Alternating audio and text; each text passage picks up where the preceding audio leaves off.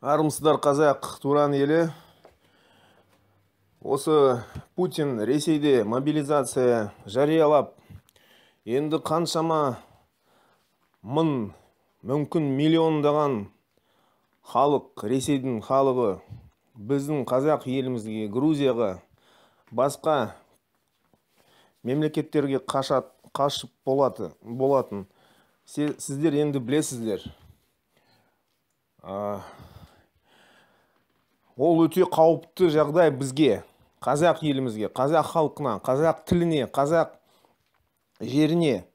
Оны түсініп, әр қазақ түсіну керек. Ол үлкен саясат.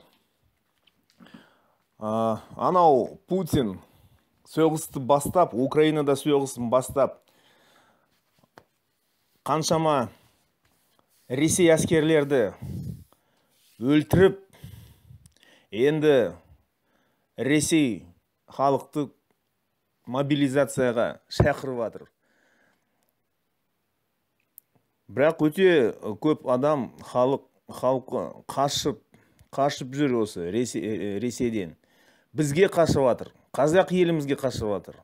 Олар білет, қазақ елімізде жақсы тұруға болатынды.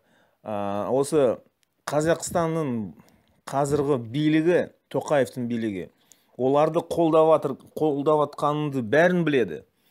Ал енді неге осы сатқын билік, Тоқаевтың сатқын билігі неге іс-әрекетін жасамайды, неге қазақ елді қорғамайды, неге шекараны жаппайды, неге қазақ әскерін көтермейді? Ол нақты бейбіт оккупация болып қалды ғой, тыныш оккупация.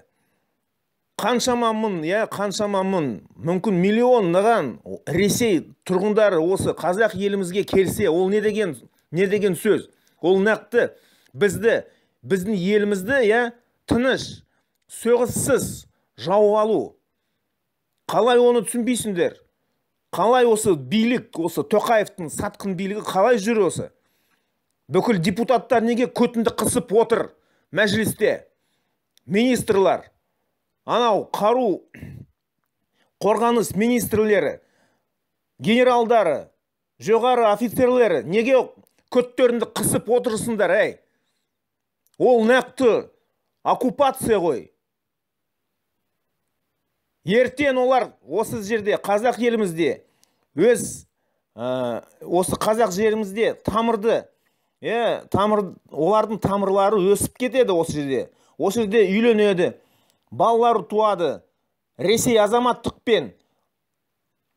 Сосын келешекте айтады, ол осы біздің жеріміз дейді. Орыс әлемі дейді, солсын олай айтады. Келешекте осы Путин мен Медведевті шақырады. Бізді қазақтар қысып жатыр, осылай істеп жатыр. Ертең келешекте ЛНР, ДНР болып қалмасын бізде. Ал бізде Өскемен, Қостанай, Петропавл, Орал, сол қалаларда өте көп мәселелер бар. Бірақ ең маңызды мәселе ол солтүстік Қазақстан, ол Ресейдің жерлері. Осындай сөздерді, осындай үгіт насихатты ресейліктер өзі айтып жүр. Медведевтің сөздерін енді есіне алдыңыз. Зюганов не айтқан қаңтар айында? Никонов, Федоров, Жириновский, Путин да өзі айтқан кезінде. Қазақтарда ешқашан мемлекеттік болмаған.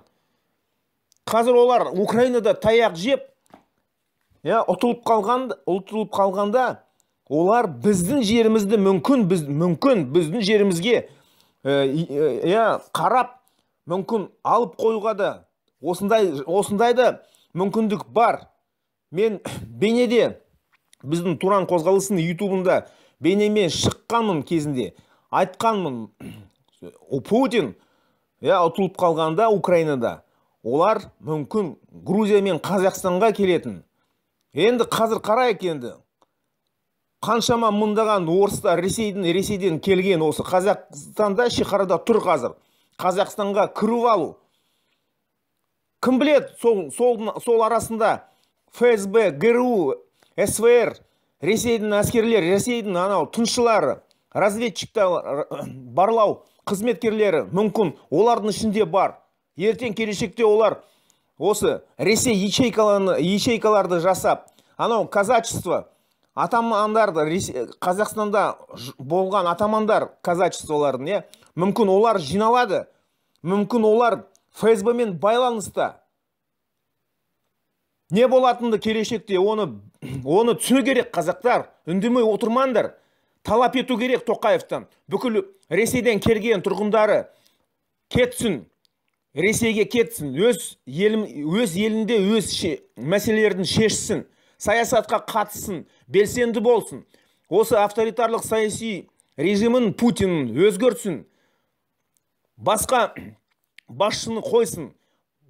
Навальный бар, Яшин бар, Фургал бар. Оларды неге қолдамайды осы Ресей тұрғындары? Ал бірақ Қазақстанға қашып жүр енді. Русский поговорка айтады ғой, осы орыстар айтады. Русские своих не бросают деп. Ұятсыздар. Өз елінен қашқан ол кім? Қорқақтар, сатқындар. Қазір осы Ресейдің сатқындары мүмкін олардың арасында тыңшылар, ФСБ-ның тыңшылары да бар. Осы жерге келсе, не болады? Келешекте біздің балаларымыз мүмкін келешекте Ресей отаршылық саясатында, Ресей бодандықта тұрады. Оны бізде тарихта болған нәрсе. Ресей империя кезінде бізді жаулаған, Кенесары Қасым хан соғысқан олармен. Абулхайыр хан қаншама соғысып шайқасқа шыққан. Сырымдатов басқан ұлт азаттық қозғалысында қаншама қазақтар өлген шайқаста. Келешекте мүмкін солай болады. Қазір осы Тоқаев тиімсіз, пайдасыз, мүмкін сатқын осы саясатын жалғастырып осы қазақ елді мүмкін сатып атыр оны. Осындай ойда да бар. Неге шекараны жаппайды? Неге Евразестен шықпайды? ОДКБ-ден шықпайды?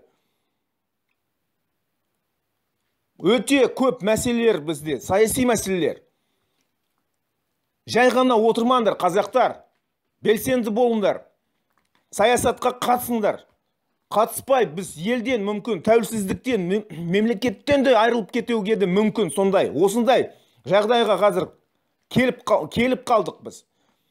Бізде әскерімді де, жауынгерлерді аз.